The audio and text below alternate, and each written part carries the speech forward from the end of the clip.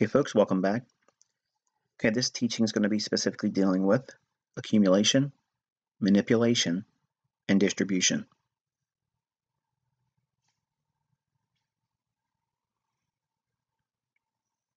Okay, the ICT concepts used in this module: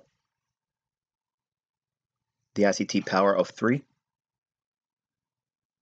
importance of developing anticipatory price skills, engineering liquidity in the market, neutralizing liquidity in the market making and pairing of orders, what accumulation looks like in bull and bear conditions, where does manipulation occur in bull and bear conditions, what distribution looks like in bull and bear conditions. All right, so we're looking at a crude depiction of a open, high, low, close bar. And for the purposes of this teaching, every individual bar or candle is going to be referred to as a daily range or daily bar. Okay. Now, everything I'm going to suggest to you here is applicable to every time measurement. Okay. In other words, every time interval, if it can be charted, this same phenomenon or concept can be applied to it. So regardless of what time frame you can pull up and form it into a chart, as long as you have a beginning time, the highest value, the lowest value, and an ending in terms of measuring time, this concept is applicable. Okay, but for the sake of our discussion here, and for something that you can practice and look for a few times a week, the ICT Power 3 is basically a concept of looking for accumulation, waiting for manipulation, and then looking for a period of distribution. Now, I look at candlesticks because it helps to be able to see after many years of looking at price action. It's very hard on your eyes. As long as I've been doing it, staring at it, spending lots of time in charts, both on a screen and on paper, I can see that my eyesight has diminished over the years. One of the benefits of knowing what you're looking for is spending far less time in the charts than most traders that, like me and before me, we spend a lot of time researching and looking at things. So I gravitate towards candlesticks because it's easier on the eye. Not that there's any magic behind it, but the same concept is seen here with a bullish open, high, low, close bar to the left is comparable to what you would see in a bullish close candlestick. Much easier to see by staring at that versus that little tick to the left or the little tick to the right that distinguishes the open and close on individual candles or bars. Okay, so back to our discussion. Using the open, high, low, close bar, it's going to be a lot easier for me to describe the phenomenon that makes up my ICT Power 3. And the origination behind this idea was inspired by my mentor, Larry Williams.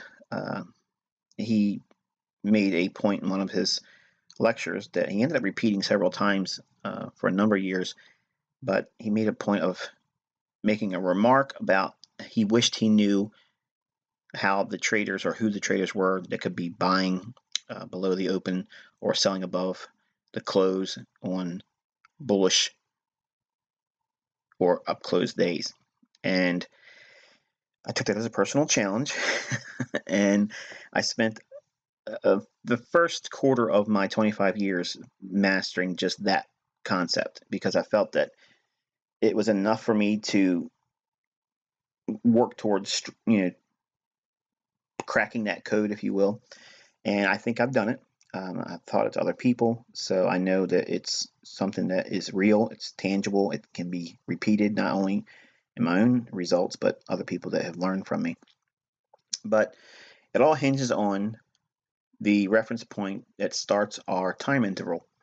And again, we're referring to every bar or open, high, low, close bar depiction in my diagrams as a representation of one daily bar. Okay, so a full 24-hour period. It does not matter that if it's Forex or commodities or bonds or whatever it is. if it's a market, and it can be measured in time intervals, the highest value, the lowest value, a time at which it starts trading, and a time it ends trading. You only need those 4 reference points. So the open, high, low, and close is all we're concerning yourself with here. Now the first of the 4 is the opening price. Now for definition terms, this is the initial value price prior to any imbalance. And I'll talk more about that as we go. The closing price is the ending value price post-price imbalance. Okay, the portion that makes up the range between the open and close is referred to as range expansion, and this is a dynamic price imbalance. Now this can be a bullish or bearish imbalance relative to the open, but for example's sake, our first one's going to be referring to a bullish up close.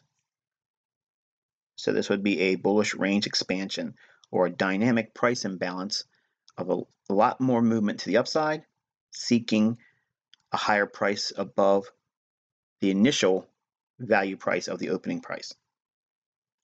In layman's terms, we're looking for a bullish close. Okay, now as far as it goes in terms of accumulation, manipulation, and distribution, or Power 3, the first thing we have to determine is what is accumulating. Now, if we're bullish on the marketplace, we would be looking for accumulation in the form of long positions building up.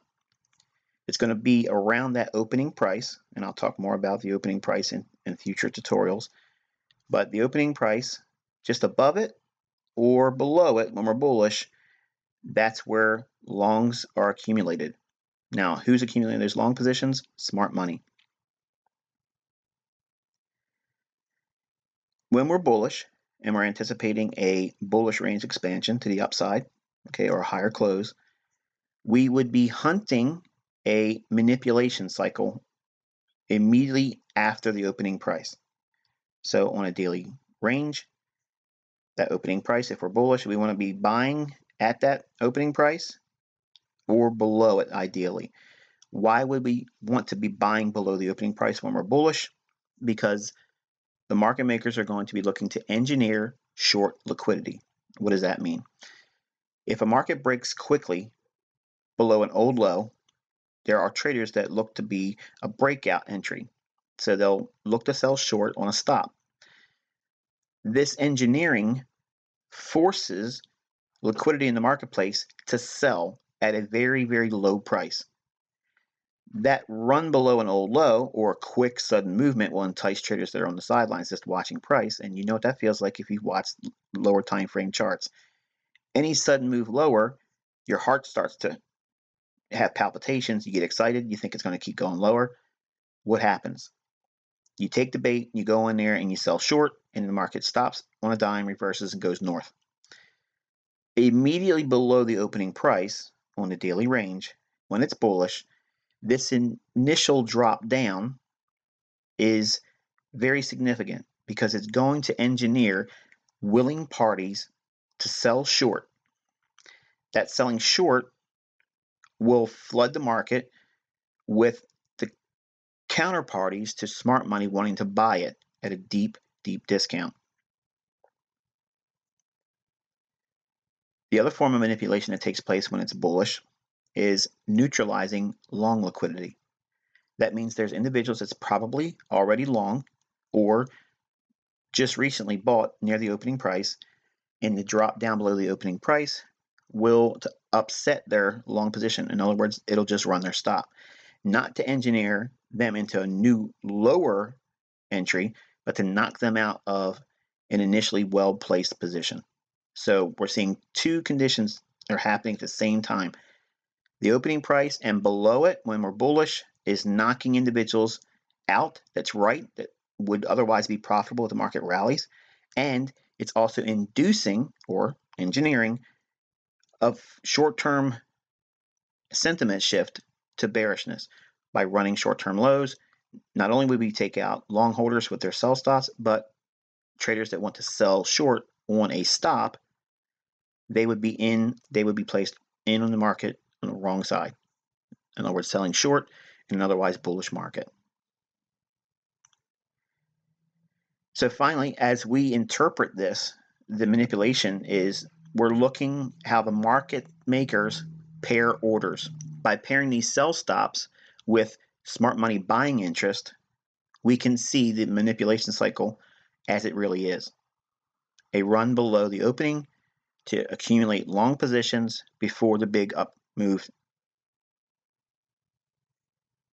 And finally, the distribution cycle, where smart money pairs its long exits, selling out of their longs, with pending buy interest. Now, that pending buy interest is going to be in the form of buying above an old high. That would be a breakout artist's idea. They're going to want to break out above a previous high, and they would view that as strength, buying strength. Well, smart money will look to sell their long position to those breakout artists that want to buy above an old high, or those individuals that would probably try to sell short intraday. They would have a buy stop above an intraday high. Smart money would look to run through that intraday high and sell it to those buy stops. So their long exits would be paired with a short-term intraday swing high. If we've seen a nice little retracement lower intraday before the close, that's where an area of distribution would come in. So we're looking at a reverse idea here. The open, high, low close with a down close. And again, this representation is a crude depiction of a daily open, high, low close bar. And we could see that same thing in the form of a bearish closed candle. Much easier on the eye, but we're going to take our focus back to the open, high, low close bar. And again, the opening price, much like we just said, but just for completeness sake, it is the initial value price prior to any imbalance. The closing price is the ending value price of that time interval that you're measuring. In other words, what time frame you're looking at. If this is the daily, it's the ending value for the daily range post or after the price imbalance. In other words, the movement that took place between the open and where it's now closing. And we have the range expansion cycle that is basically dynamic price imbalance. So between the opening price and the closing price, when we're bearish, this is what we would be expecting or anticipating in price, okay, a lower close. Now, in the form of power 3, what is accumulating? Well, from the opening, when we're bearish, short positions are building up. And who's building up short positions? Smart money. At the opening price, or just above the opening price when we're bearish, we would be anticipating manipulation. And what form of manipulation would we expect to see? Engineering long liquidity. In other words, we're looking for a quick sudden movement higher to entice breakout artists that want to buy, want to break out, and they would be placed in on the wrong side of the marketplace.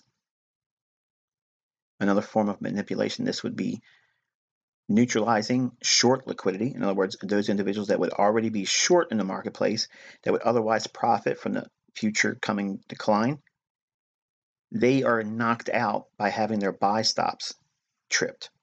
So they're neutralizing their short position, and their short position being neutralized is a buy stop. So that buy stop that hits the market as a market order, smart money will sell to their willing buy stop. So in other words, if the market trades up to your buy stop, that buy stop becomes a market order to buy at the market. Smart money will be counterparty to that. They will sell to those buy stops, but their sell position is to ride it lower and make money. Manipulation in its truest sense is in this form when we're bearish at the opening price or above it. Buy stops are being paired with short interest on the form of smart money. And finally, at the end of the day, the distribution cycle is seen where smart money pairs its short exits or covering with pending sell interest. In other words, smart money is going to be short, and to get out of their short positions, they have to buy it back, and they will be targeting some old low. What would be resting below an old low? Sell stops. Those sell stops, once they're triggered, they become market orders to sell at the marketplace, which floods the market with sellers. And the best time to cover a short is when there's a flood of sellers in the marketplace willing to sell at a low price. And this would be the distribution cycle of the daily range. Okay, so what does accumulation look like in a bull condition or when it's bullish? It's not important that we zoom in here and see any of the details. I just wanted you to see the overall characteristics. In the green shaded area, you can see that there's a consolidation around the opening price, and that consolidation leads way to a decline, which gives us the framework for what does manipulation look like in a bull condition. Well, this is what manipulation looks like right before the market starts to trade higher after consolidation when the accumulation of longs are being made. The problem is you see that decline below that green shaded area as weakness. And who would be wanting to buy ahead of that? Smart money traders, okay, they have very deep pockets. And the market has a tendency of creating this fake move, okay, where it entices or induces the opposite mindset or sentiment. This drop down out of that consolidation when we're overall bullish is manipulation. It's knocking out short-term lows. So anyone that's long, they're knocked out. They can't profit from the up move.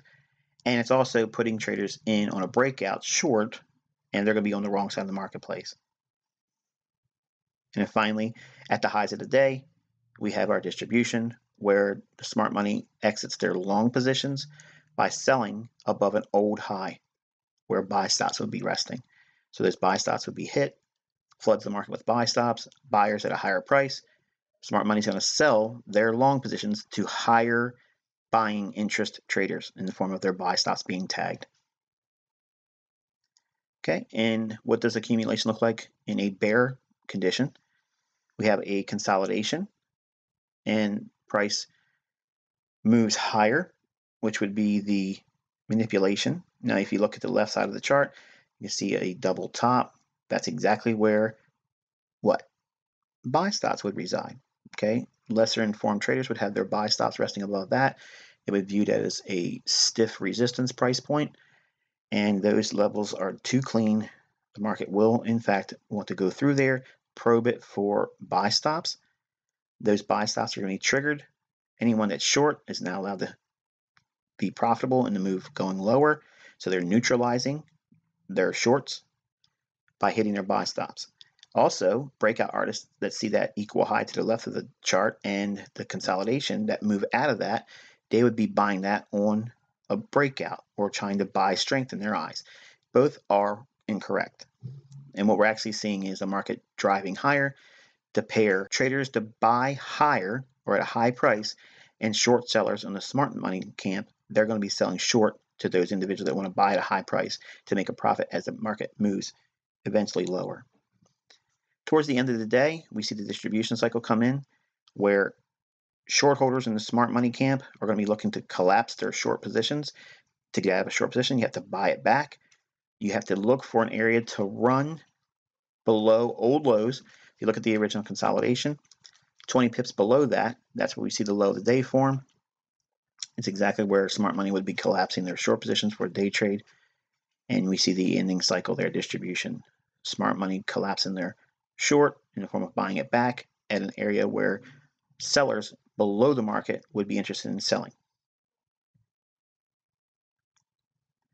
Overall, if you understand this concept, and there's lots more of information that's coming by way of my tutorials, you can look at the marketplace like this and see the original consolidation here in the green. The market reaches down below the consolidation into an area of liquidity, which is 10 pips below equal lows. Those sell stops are triggered where smart money would be buying. Once those sell stops are tripped, they're buying the low of the day. The market rallies up. We have an expansion move or range expansion up into a move of running 20 pips above the old high.